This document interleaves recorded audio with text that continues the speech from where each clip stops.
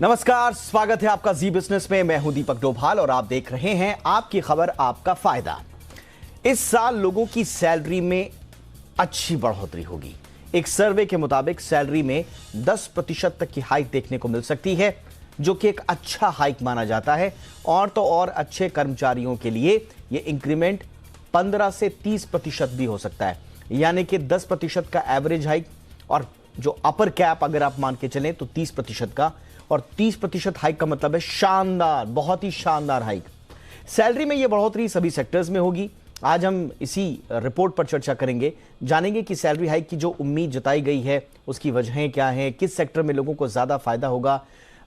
एक चीज और, क्योंकि पूरी दुनिया में कहा जा रहा है कि ले ऑफ चल रहे हैं, मंदी की आहट है, हम सुन रहे हैं कि छटनियां भी चल रही हैं, तो इन छटनियों के बीच में सैलरी हाइक की बात करना शायद कई लोगों को थोड़ा सा विरोधाभासी भी लगे।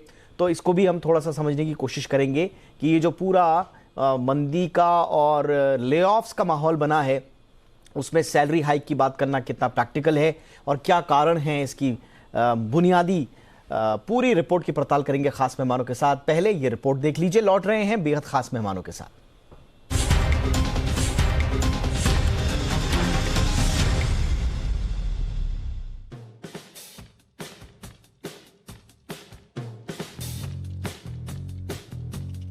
नौकरी पेशा लोगों के लिए ये साल कैसा रहेगा? फिलहाल तो इस सवाल के जवाब के लिए किसी ज्योतिष के पास जाने की जरूरत नहीं है। हम बताते हैं, ये साल नौकरी पेशा लोगों के लिए खास रहने वाला है। हो भी क्यों ना।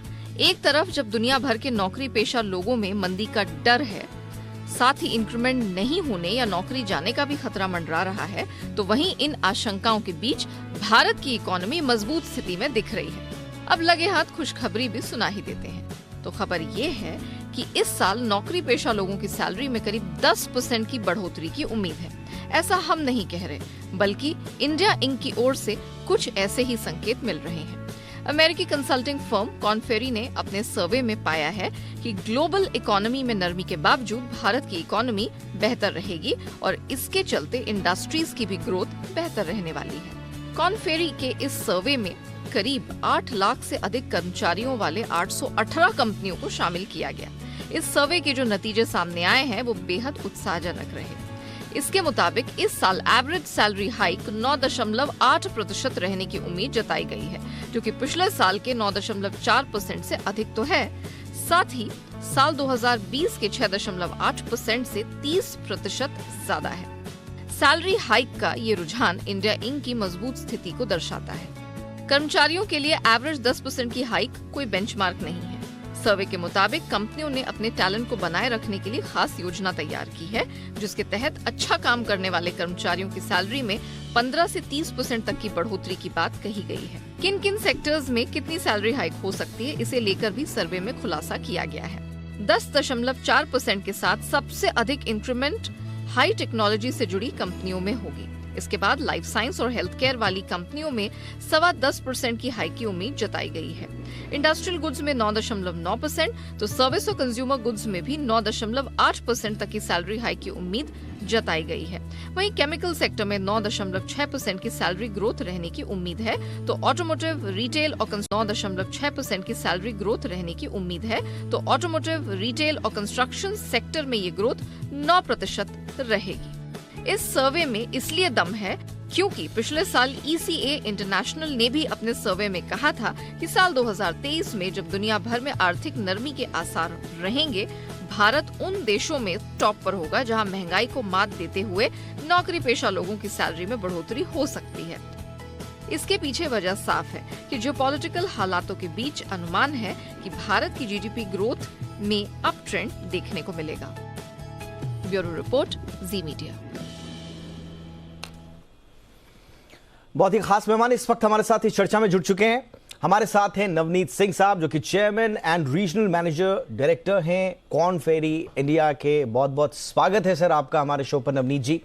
हमारे साथ हैं रजनीश सिंह, जो कि मैनेजिंग पार्टनर हैं सिंपली HR के। बहुत बहुत स्वागत है रजनीश सर आपका भी हमारे शो पर। और हमारे साथ हैं अभिषेक सेन, पार्टनर हैं people advisory services EY India से जुड़े हुए हैं। बहुत बहुत स्वागत है अभिषेक सर आपका भी हमारे शो पर। सबसे पहले चर्चा की शुरुआत नवनीत जी आपसे ही करना चाहेंगे। और जैसा मैंने अपने ओपनिंग रिमार्क में भी कहा, और जब भी हम इस तरह की किसी रिपोर्ट का जिक्र करते हैं तो नीचे से कुछ कमेंट्स भी आने शुरू हो जाते हैं कि अरे सब जगह तो ले ऑफ चल रहे हैं, मंदी की बातें हो रही हैं और आप कह रहे हैं साहब कि इंक्रीमेंट होगा। तो पहले लोगों के लिए, जिन लोगों के मन में थोड़े से शक सुबह हैं, ये ऑप्टिमिज्म कहां से आ रहा है सर? जब हम बात कर रहे हैं रिसेशन की, इकोनॉमिक स्लो डाउन की और ले ऑफ्स की, तो ये ऑप्टिमिज्म, ये पॉजिटिविटी कहां से आ रही है सर? जी, अगर आप यूएस में देखिए, अगर वहां पे छींक मारता है कोई तो कहते हैं दुनिया को ठंड लग जाती है। But if you look at India in the last 2 years, the growth has been phenomenal. Domestic demand has increased. अगर आप कोई भी सेक्टर छूइए, अगर आप मल्टीनेशनल्स देख रहे हैं, टेक्नोलॉजी का आप एग्जांपल ले रहे हैं, ये Amazon, Google, IBM, Capgemini, they are talking about recession and therefore they have put a hold on hiring. अगर क्रिटिकल हायर करना है तो करना है, बट अगर आप हिंदुस्तान में कोई भी कॉन्ग्लोमरेट लीजिए, कोई भी सेक्टर लीजिए, कोई भी MSME लीजिए, everyone is hiring, everyone is growing. How many economies in the world are growing at 6% plus? China, India और US के ट्रेड वॉर्स में चल रहा है, but with the PLI scheme coming, semiconductor is growing, solar is growing, hydrogen is growing, EV is growing, batteries are growing, auto is growing, healthcare is growing. So I think पूरे हिंदुस्तान में ही there is a huge demand for talent. Technology में थोड़ी lay off हो रही है, but none of that is happening in India. जो आप सुन रहे हो वो सारी ग्लोबली हो रही है, because India continues to be the back office for the world. नहीं सर, मैं आज ही की एक रिपोर्ट पढ़ रहा था नवनीत जी, और इसमें जो ग्लोबल जो ले ऑफ हुए हैं, मेरे ख्याल से 1.5 लाख से ऊपर 1,54,336 वर्कर्स को ले ऑफ कर दिया गया 2022 में। यानी कि आप एवरेज निकालेंगे तो 1600 लोगों को निकाला जा रहा है। नहीं, इसका 2022 की बात नहीं कर रहा हूं मैं, लेकिन जनवरी का जो एवरेज निकाला गया है वो जनवरी महीने में इसी साल 1600 लोगों को प्रतिदिन निकाला गया है। और रिपोर्ट ये कह रही कि इसमें इंडिया जो है वो अग्रणी भूमिका निभा रहा है। इंडिया में जितने भी टेक्नोलॉजी से जुड़े हुए कंपनीज हैं, उनके जो इंडिया के जितने भी एम्प्लॉयज हैं उनको भी निकालने में तो इंडिया लीड कर रहा है ले ऑफ्स में सर। Not really. मैं आपको कंपनीज के नाम भी दे सकता हूं जिनके साथ हम काम कर रहे हैं। Okay. As the first step इन्होंने हायरिंग फ्रीज लगा रखा है कि हम नए आदमी बिल्कुल नहीं लेंगे। और 21-22 में क्या हुआ था दुनिया में, एवरीवन ओवर हायर्ड कि भाई फटाफट आदमी ले लो, पता नहीं कल demand is going to increase, but demand did not increase. So the first step they did was to completely freeze hiring. अगर आप Google, Amazon, Yahoo and some of this kind of tech companies, इन्होंने 4-5-6 महीने पहले ही hiring freeze डाल रखे थे। And even today there are very few newspaper reports you will read, unlike the US जहां पे लाखों आदमियों की नौकरी जारी है। अगर आप जाके गूगल या इन सब से बात करें, आपको कहीं पे नहीं पता चलेगा कि इन्होंने 100 में आदमी निकाले हैं। ओके, तो आप कह रहे हैं कि भारत में उस अनुपात में लोग नहीं निकाले गए हैं। हालांकि जोमेटो के का हमारे सामने केस है, हमारे सामने रीसेंट जो केस है वो शेयर चैट का, जिसने अपने टोटल एम्प्लॉय की जो स्ट्रेंथ का उसका मेरे ख्याल से 4 या 5% लोगों को ले ऑफ कर दिया। तो कुछ केसेस हैं, लेकिन आप कह रहे हैं कि वो एक पर्टिकुलर सेक्टर से जुड़े हुए हैं। ओवरऑल जो सिनारियो है वो इतना बुरा नहीं है जितना ग्लोबल है। All right. और जितनी ये टेक कंपनीज भी आप जो बात कर रहे हैं 4-5-6% की, a lot of companies are also repurposing. Okay. अब पिछले साल काफी लोगों ने जो ओवर हायरिंग भी कर ली थी इन एंटिसिपेशन, अब प्राइवेट इक्विटी VC की फंडिंग भी ई-कॉमर्स में कम हो गई। तो as a result of it, या हर 5-6 साल का साइकिल होता है where company start talking about path to profitability, why is good money chasing bad business models. So इस चक्कर में थोड़ी रीसाइजिंग तो होती है, which is normal. Now because US में टेक्नोलॉजी स्लो डाउन की बातें चल रही हैं, तो we are now trying to correlate everything to the same thing, alright, not realising that the India story is very different. ठीक है सर, ठीक है सर। अब ले ऑफ से जरा वापस आज के मुद्दे पे आते हैं। उसके पीछे का जो अर्थशास्त्र है ले ऑफ्स के पीछे का, उस पर अब न जाते हुए अब आते हैं वापस, यानी कि इंक्रीमेंट पर, जो कि एक ऑप्टिमिज्म, जैसा कि कॉर्न फेरी की रिपोर्ट शो कर रही है। रजनीश सर, आपको क्या नजर आ रहा है? मैं पिछली बार मैंने आपसे सवाल पूछा था कि 10% ठीक है क्या? जो जिस तरह से महंगाई बढ़ रही है, लग रहा है कि 10% भी कम है। आज नहीं पूछूंगा लेकिन बाद में पूछूंगा। लेकिन पहले आपसे समझना चाहूंगा कि ये जो 10% का प्रोजेक्शन जो इस बार कॉर्न फेरी ने दिया है, ये कितना रियलिस्टिक है सर? आई थिंक मैं नवनीत जी से काफी सहमत हूँ। और जो ये आंकड़ा है 10% का, मैं पिछले शो में भी आपको मैंने बोला था कि 10 के आसपास ही होगा एवरेज इंक्रीमेंट। तो मैं बिल्कुल ही हैरान नहीं हूँ। और आई थिंक ये प्रोबेबली जो इकोनॉमिक सेंटिमेंट्स हैं हमारी, जिस तरह का एक अपटिक है हमारे इकोनॉमी में, काफी ऑप्टिमिज्म है। और जैसा नवनीत जी ने बोला, डिमांड काफी बढ़ रहा है कुछ क्षेत्रों में। तो हमारा ये मान के चलना चाहिए कुछ सेक्टर्स में definitely there is a upswing, और उस अपस्विंग का फायदा जरूर कहीं ना कहीं इंक्रीमेंट्स पे पड़ेगा। इसीलिए मुझे कोई हैरानी नहीं है। साथ साथ ये हमें भी देखना पड़ेगा कि ये एक मिक्स्ड बैग है। जैसा कि हमने आपके स्टडी में भी देखा, कॉर्न फेरी के स्टडी में, कि कुछ ऐसे सेक्टर्स है जहां पर कि 6-7% अगर इंक्रीमेंट हो जाए वो भी बहुत होगा। तो ऐसे कई सेक्टर्स हैं जहां पे थोड़ा सा ड्रैग का सिचुएशन है। But at the same time जो टेक्नोलॉजी है, जहां पर कि हम लोग देख रहे हैं कि दोनों चीज हो रही है। और दीपक, मैं आपके बात से सहमत हूं कि टेक्नोलॉजी का बड़ा अजीब सा सिचुएशन है कि उन्होंने पैंडेमिक के समय काफी हायरिंग की, और उसके बाद जब से नॉर्मलसी आई है तो वहां पे बहुत जगह अब छटनी शुरू हो गई है। और साथ साथ जब ये छटनी भी हो रही है तो एक तरह का उनको काफी बिजनेस भी मिल रहा है, तो जिसके कारण कि उनको लग रहा है कि अगर हम एक लीन ऑर्गेनाइजेशन चला सकें, और अगर हमारी कैपेबिलिटी टू पे अगर बढ़ जाती है इस दौरान, तो नेचुरली उसका फायदा एम्प्लॉइज को जरूर मिलेगा। तो इसीलिए ये दोहरी चीज चल रही है टेक्नोलॉजी सेक्टर में। हेल्थ केयर में जैसा दूसरे नंबर पे आ रहा है, मैं मान के चलता हूँ, मेरा भी पहले से ही अनुमान था कि इस सेक्टर में काफी अच्छा हम बढ़ोतरी देखेंगे इंक्रीमेंट का, इसीलिए मेरे को उसमें हैरानी नहीं है। बाकी जो सेक्टर्स, बाय एंड लार्ज जो सेक्टर्स होते हैं हमारे बैकबोन जो होते हैं इकोनॉमी के, उनमें हम 9% भी देख रहे हैं, तो वो कहीं ना कहीं बहुत ही अच्छा इंक्रीमेंट मैं मानूंगा। और साथ साथ जो आपने आंकड़े दिखाए कि 15 से 30% हमारे जो हाई टैलेंट है, हाई पोटेंशियल टैलेंट है, उसका भी वो एक तरह से मैं केवल इंक्रीमेंट नहीं कहूंगा, एक तरह का रिवॉर्ड और रिटेंशन भी एक टूल कहूंगा। एब्सोल्युटली। अभिषेक जी, अब देखिए, जॉब मार्केट का और इकोनॉमी का तो बड़ा स्ट्रॉन्ग कोरिलेशन है। इनफैक्ट हम यूएस की जब हम बात करते हैं तो वहां पर एक जॉब का डेटा आता है तो पूरी दुनिया में एक मैसेजिंग जाती है कि इकोनॉमी किस तरह की है। भारत में भी हम कुछ थोड़ा सा हमारे अनऑर्गेनाइज सिस्टम ज़्यादा है, लेकिन हम ये समझने की कोशिश करते हैं कि हमारे देश की इकोनॉमिक हालत कैसे है। अगर इकोनॉमी स्ट्रांग है तो स्वाभाविक रूप से जॉब मार्केट भी स्ट्रांग होगा।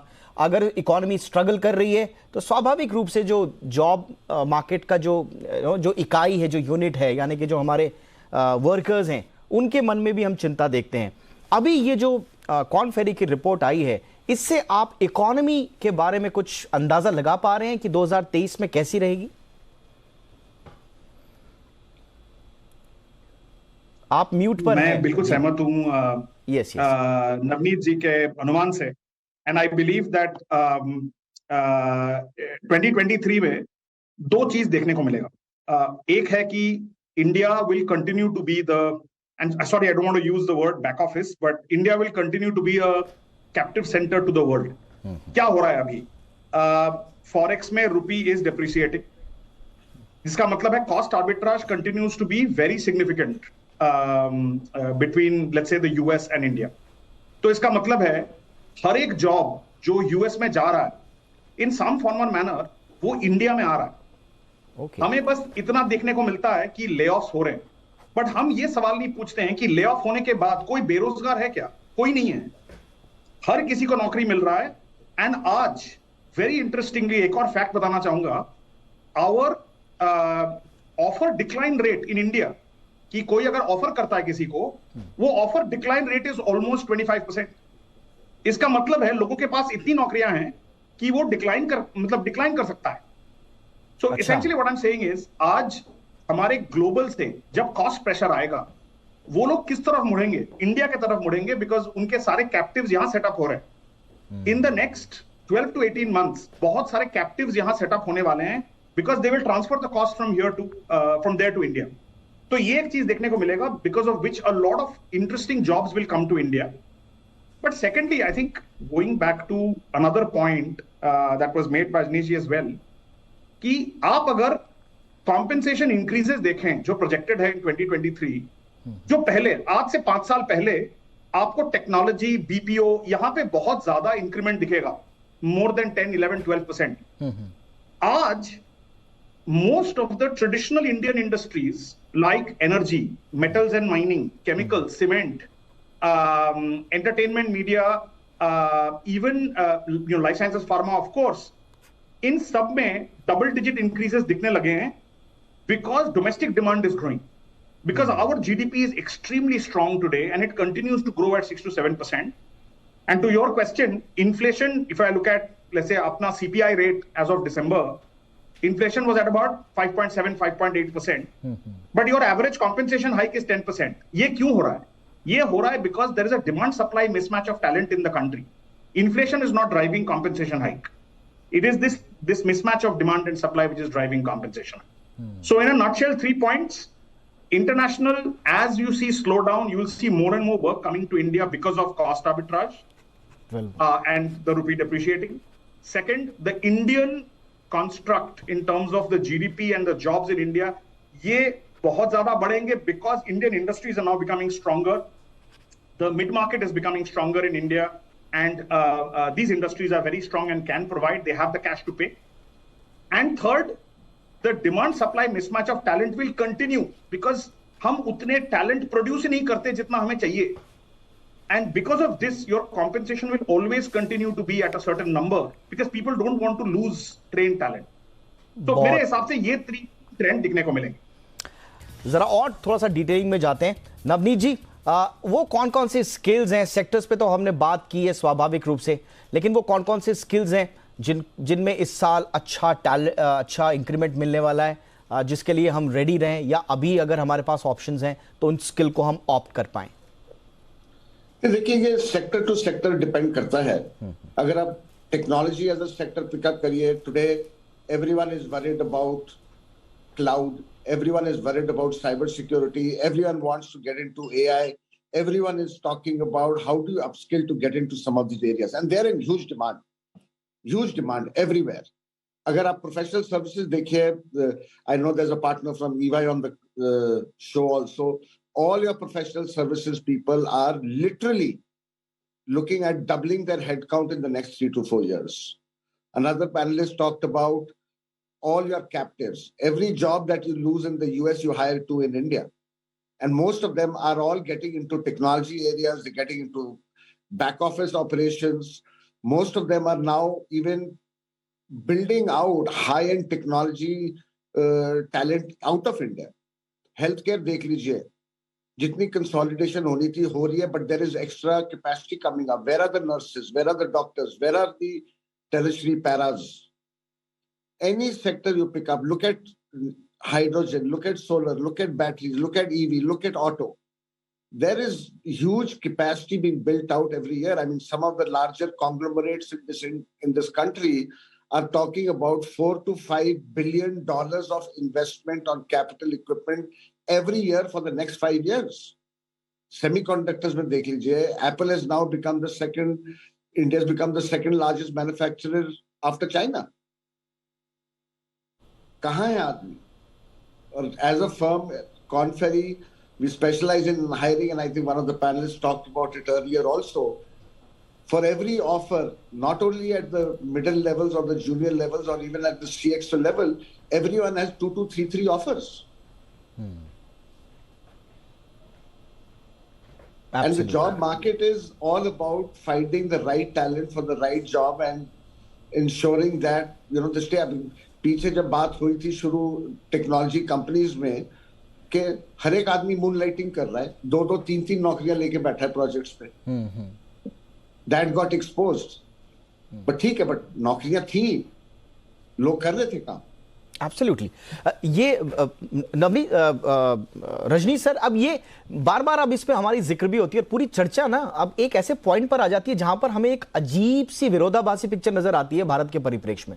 एक तरफ हम कह रहे हैं साहब हमारे पास टैलेंट नहीं है, हमारे पास ऐसे लोग हैं जो मून लाइटिंग कर रहे हैं, वो फाइट कर रहे हैं कि हमको मून लाइटिंग की इजाजत दी जाए। कंपनीज थक हार के दे भी रही है, फिर इजाजत भी दे रही है कि चलो भैया मून लाइटिंग कर लो, पर हमें मत छोड़ो, आप हमारा काम कंटिन्यू करो। दूसरी तरफ हम देख रहे हैं कि एक ऐसा तबका है जो कहता है कि साहब मेरे पास नौकरी नहीं है, मैं क्या करूं, मैं कौन सी स्किल में जाऊं।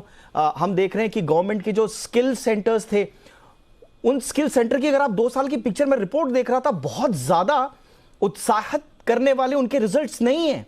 ये अजीब से विरोधाभासी पिक्चर क्यों है इंडिया में?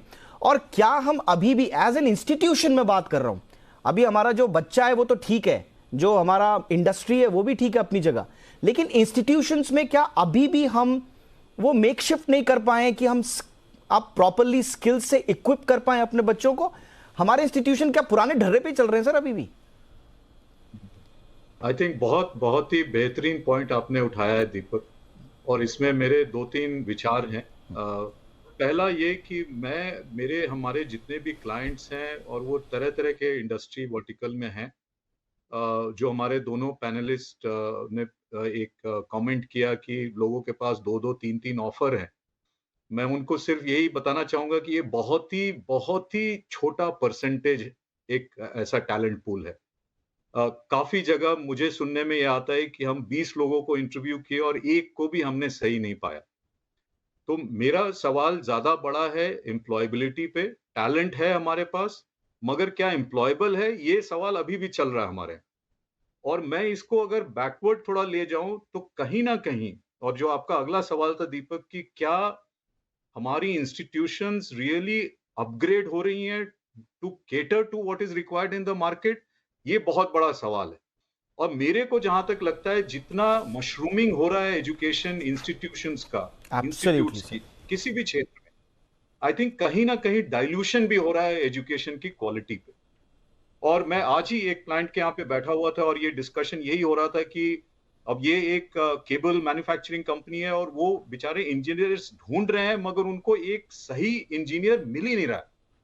तो ये अब मान के चलिए कि कुछ कुछ सेक्टर्स में बहुत दुविधा है अच्छा टैलेंट पाने का। उन लोग काफी कोशिश कर रहे हैं कि टैलेंट अच्छा मिले, वो मिल नहीं पा रहा। दूसरा जो अप्रोच जो ले रहे हैं काफी संस्थाएं, वो यही कर रही हैं कि भाई हम बिल्कुल ही फ्रेशर को ले एक इंस्टीट्यूट से, बट उसको रीट्रेन करें अपने मुताबिक। यानी कि there is a loss in terms of कि जब मैंने उसको हायर किया कहीं से ये मानकर कि वो पहले डे से प्रोडक्टिव हो जाए, वो नहीं हो रहा है।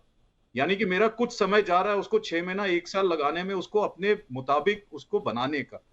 तो ये जो दोहरी जो चीजें चल रही हैं इंडिया में, ये बड़ा ही अजीब सा सिचुएशन है। और बिल्कुल मैं आपसे सहमत हूं कि कहीं कहीं आंकड़े कुछ बताते हैं, दूसरी तरफ आप दूसरे आंकड़े देखते हैं तो आप अचंभा हो जाते हैं कि ऐसा कैसे हो सकता है। एब्सोल्युटली। आई थिंक इंडिया का ये ऐसा दौर चल रहा है जहां पर कि हम दोनों चीजों से जूझ रहे हैं, और एक समय शायद आएगा जब सम अमाउंट ऑफ स्टेबिलिटी शायद आए। मैं अभी भी मैं बड़ा ऑप्टिमिस्ट हूं, but at the same time मैं काफी कॉशन भी रखता हूं कि कई फैक्टर्स हैं इंडिया में जो प्ले करती हैं, और हमें ये ध्यान में रखना होगा कि कहीं ना कहीं हमारी ऐसी जो इकोसिस्टम है वो उसकी क्वालिटी कहीं ना एब्सोल्युटली जो प्रोफेशनल एजुकेशन का इकोसिस्टम है उसको तो देखिए हमको स्ट्रेंथन करना पड़ेगा। उनको समझना पड़ेगा कि आप बच्चों को सिर्फ डिग्री मत पकड़ाइए, उनको आप एम्प्लॉयबल बनाइए।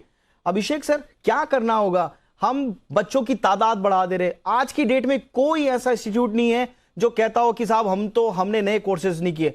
आप रोबोटिक्स पे जा रहे हैं, आप एआई पे जा रहे हैं, लेकिन जो आपका पुराना जो बुनियादी जो परंपरागत एमबीए मॉडल है, क्या आपने उसमें कोई एम्प्लॉयबिलिटी का फैक्टर डाला? ये इंपॉर्टेंट है। आप बड़े बड़े नाम लेने के लिए कोर्स खोल दे रहे हैं, एम्प्लॉयबल है नहीं बच्चे, तो ये इशू रहेगा। क्या आप संदेश देना चाहेंगे सर उनको जो इस तरह के इंस्टीट्यूशंस हैं? देखिए, मैं हमारे देश के इंस्टीट्यूशंस पे अभी कमेंट नहीं करना चाहूंगा। मेरे हिसाब से आज हमारे पॉपुलेशन के मुताबिक हमारे इंस्टीट्यूशंस कंट्री में कम है, इज माय ओपिनियन।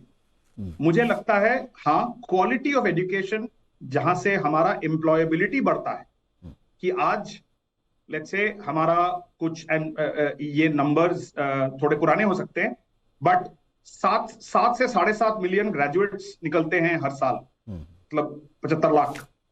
लेकिन उनमें से 10 या 12% ही एम्प्लॉयबल होते हैं।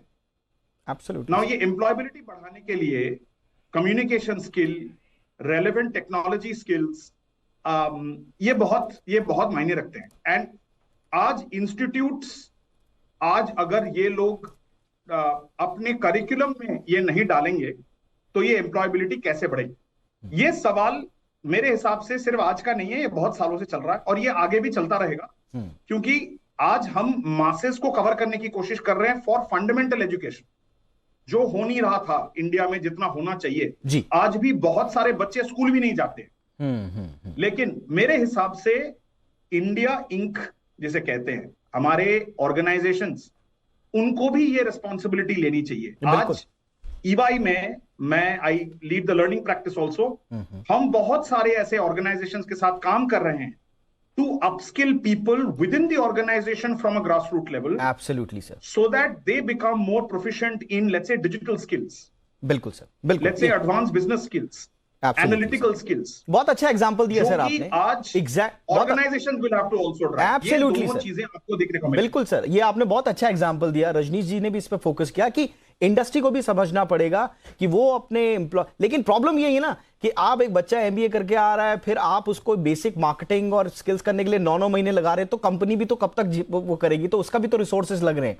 क्यों ना हमारे इंस्टीट्यूशन से शुरुआत हो, कंपनी तो अपनी तरफ से करेंगी। तो कुल मिला के ये पूरा इकोसिस्टम है जिसमें इंस्टीट्यूशंस जुड़े हुए हैं और इंडस्ट्री जुड़ी हुई है। सबको मिलके हमारे बच्चों के लिए एक एम्प्लॉयबल माहौल बनाना पड़ेगा, तब जाके हमारे यहाँ जो टैलेंट क्रंच है वो खत्म होगा, इकोनॉमी ग्रो करेगी। अपॉर्चुनिटीज तो भारत में है ही हैं, जिस पे हम बात कर ही रहे हैं। बहुत बहुत शुक्रिया आप तीनों का, आप तीनों ने वक्त निकाला। Navneet sir, thank you so much sir, आपने वक्त निकाला। Rajneesh sir, thank you so much sir. Abhishek sir, आपका भी बहुत बहुत शुक्रिया सर।